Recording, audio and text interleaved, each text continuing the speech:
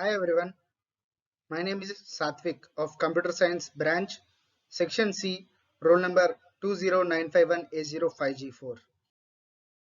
The topic which I got for TikTok for the subject Computer Organization and Architecture is Functionally Parallel Architecture for Array Preprocessors. Introduction. Modern array preprocessors can give more floating point calculations per dollar than conventional computers. By the effective use of parallel equipment at the same time, they conform quite well to programmability characteristics found in conventional computers. This PPT describes the general design philosophy and some architectural features of the CSPI MAP 200, a modern array processor that achieves these desirable characteristics by using asynchronous functional parallelism. Parallelism, efficiency and types. Since the consistent escalation of component speed characterized rising early decades did not occur in the last decade, one must seek greater speed through the parallel use of conventional components. Several architectural techniques have been proposed for realizing parallelism with efficiency and ease of programming. Functional parallelism arose from the recognition that while a conventional computer was well modularized by function for programming a wide range of problems, there was latent parallelism in the hardware that was not available to the user because the controller did not permit such parallel operation. For example, a store to memory could logically be accomplished at the same time as a jump to a branch routine. The hardware was there, but the controller did not allow this conjunction a single instruction. A micro-DED controller presented the programmer with an instruction field for each piece of equipment in the structure. The more fields he could fill on a given line of code, the more efficient the usage of parallel hardware. Gains in efficiency were made, but generally only for those algorithms for which the machine was specifically adapted. Moreover, the hardware efficiency gains were offset by the burden of programming in microcode, which was like doing logical design in programs. Although one present-day array preprocessor, the API-20B, has a Fortran compiler that targets to microcode. The compiled code runs more slowly than equivalent micro-coded routines. The efficient use of the multiplier units was our measure for good architecture efficiency. The actual speed of a multiplier is a function of the money and skill applied to the design and realizing the multiplier, but it does not measure the machine's architecture. The ratio of the multiply rate achieved to the multiply rate possible is a measure of architecture that is independent of the amount spent on the realization. The observation led to the map architecture. Balance in parallelism. For a functionally parallel array processor, we can use parse a program into the following hardware functions: floating point arithmetic calculations, data address calculations, integer and loop counting, instruction fetching, data memory transfers, program module parameterization, executive preprocessor, IO communications, and addressing. In the map, an executive processor CSPU handles interpreting host commands, binding programs to the specific buffers, and sequential commands to other processors. A number of processors called IO scrolls may be provided to handle the communication peripheral devices and map memory. A similar processor, the host interface module, handles communications between the host and the map memory. The major part of the array processor job is handled by the floating point arithmetic calculator and it addresses the targets of this discussion. Problem analysis showed that we could further divide these functions into parallel hardware to provide an optimum balance among functions.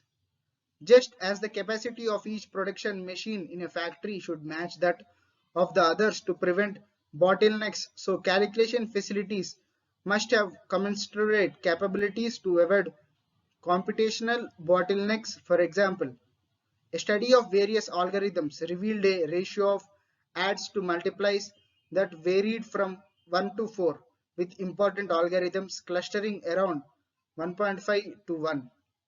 Thus, separate add and multiply units were included, with the add unit twist twice as fast as the multiplier. The add unit was also given the power to accomplish other less frequently used but very useful instructions: approximate, reciprocal, max, float, etc. Besides the resulting improved arithmetic speed, we found that inter-register moves of data were consuming a time comparable with a parallel hardware, which could be separately controlled. Furthermore, memory access could be divided into input and output transfers, for whose time were complicated arithmetic time. Thus, the floating point arithmetic unit was suitably divided into controllable, for which in a conventional machine would have to act sequentially. If the divisions were problematic, a 4:1 speed up over a conventional architecture with the same units speed accesses are single ported could be achieved. Besides the resulting improved arithmetic speed, we found that inter-register moves of data were consuming a time comparably with parallel hardware, which could be separately controlled. Furthermore, memory access could be divided into input and output transfers whose times were comparable to arithmetic time. Thus, the floating point arithmetic unit was suitably divided into controllable units, which in a conventional machine would have to act sequentially. If the division were perfect for all problems, a 4:1 speed up over a conventional architecture with the same unit speeds, the memory access or single ported could be achieved. Similar balancing acts led to the following subdivision of the major functional divisional mentioned above.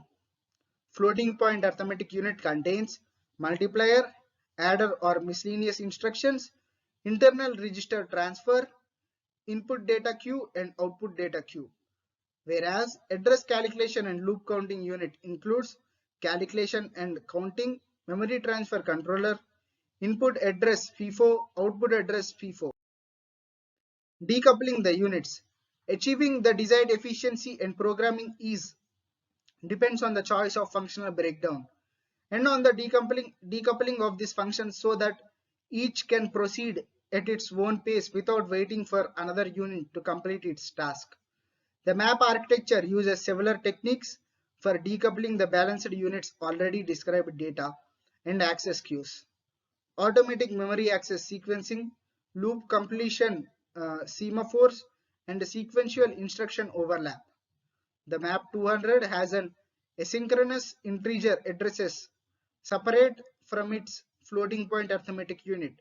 In this architecture, data queues and address FIFOs decouple the data stream access from the address stream creation. To illustrate the effects of this decoupling, let us start with a rather typical instruction sequence for a mini computer. Basic mode of queue and FIFO operation. A block diagram of the floating point calculator or AP portion of the map 200. These processor units are evident. The addresses or APS, the memory transfer controller or MTC, and the arithmetic processing unit or APU. Connecting them are the read address FIFO or RAF, the writer address FIFO or WAF, the input queue or IQ, the output queue or OQ.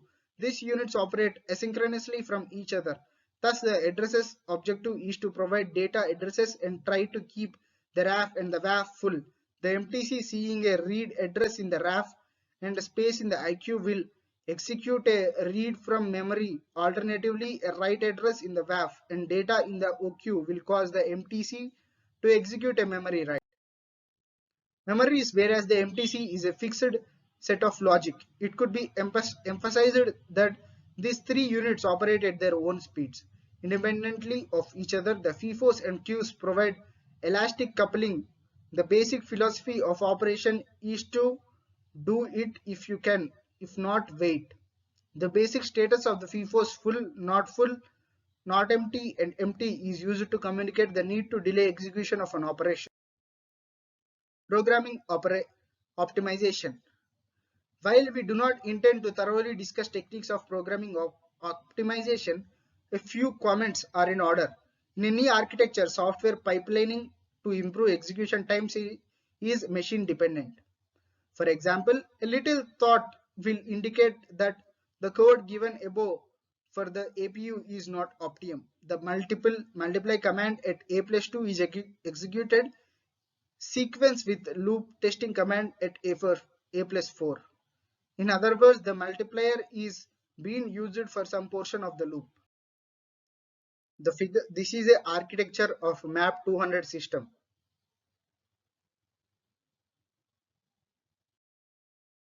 With this, I hope that you have gained some knowledge about the topic. I would like to take leave from you. Thank you.